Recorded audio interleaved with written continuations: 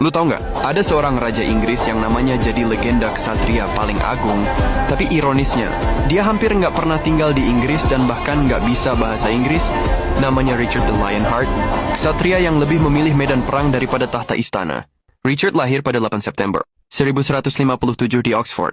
Sebagai putra ketiga Henry II, Raja Inggris, dan Eleanor of Aquitaine, perempuan paling kuat dan cerdas di Eropa abad ke-12. Masa kecilnya tidak dihabiskan di Inggris, melainkan di wilayah Aquitaine dan Prancis Selatan.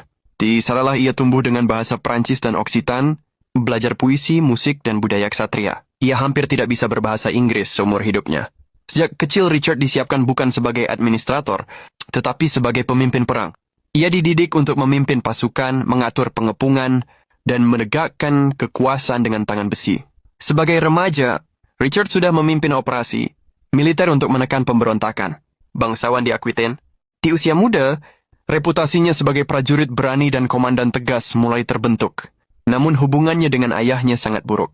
Henry II curiga terhadap ambisi anak-anaknya sendiri, sementara Richard merasa diperalat. Konflik keluarga kerajaan ini berujung pada pemberontakan terbuka.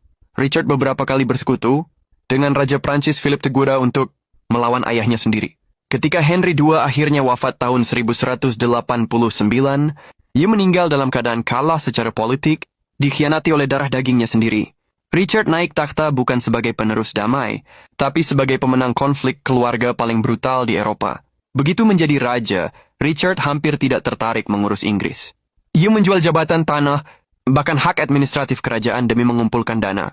Tujuannya satu, Perang Salib Ketiga.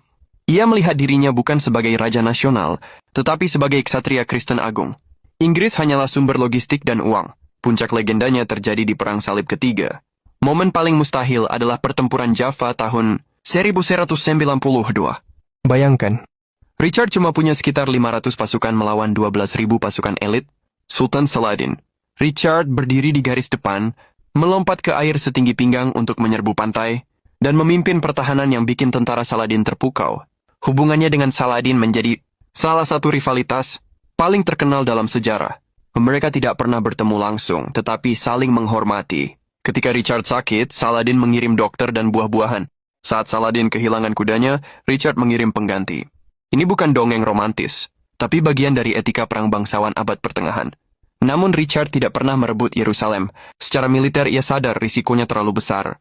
Ia memilih kesepakatan yang memungkinkan peziarah Kristen mengunjungi kota suci. Keputusan ini realistis, tapi mengecewakan sebagian pendukungnya. Dalam perjalanan pulang ke Eropa, tragedi lain terjadi.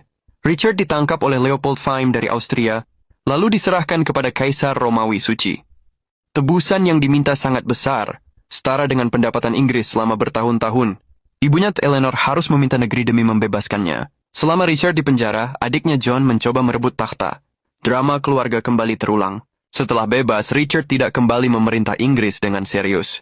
Ia kembali ke Prancis, terlibat perang panjang melawan Philip II demi mempertahankan wilayah keluarganya. Seluruh sisa hidupnya dihabiskan dalam kampanye militer, benteng, dan pengepungan kecil yang melelahkan. Akhir hidupnya sangat ironis. Tahun 1199, Richard terluka saat mengepung kastil kecil di Prancis, konflik yang secara strategis tidak penting. Luka itu memburuk dan ia wafat jauh dari medan perang besar yang membentuk legendanya. Ia meninggal tanpa keturunan sah. Kerajaannya diwariskan kepada John, raja yang kelak dikenal sebagai salah satu penguasa terburuk Inggris. Richard the Lionheart adalah bukti nyata bahwa sejarah seringkali lebih mengingat ksatria yang membangun mitos daripada raja yang membangun negara. Dia bukan legenda karena cara dia memerintah, tapi karena cara dia bertarung.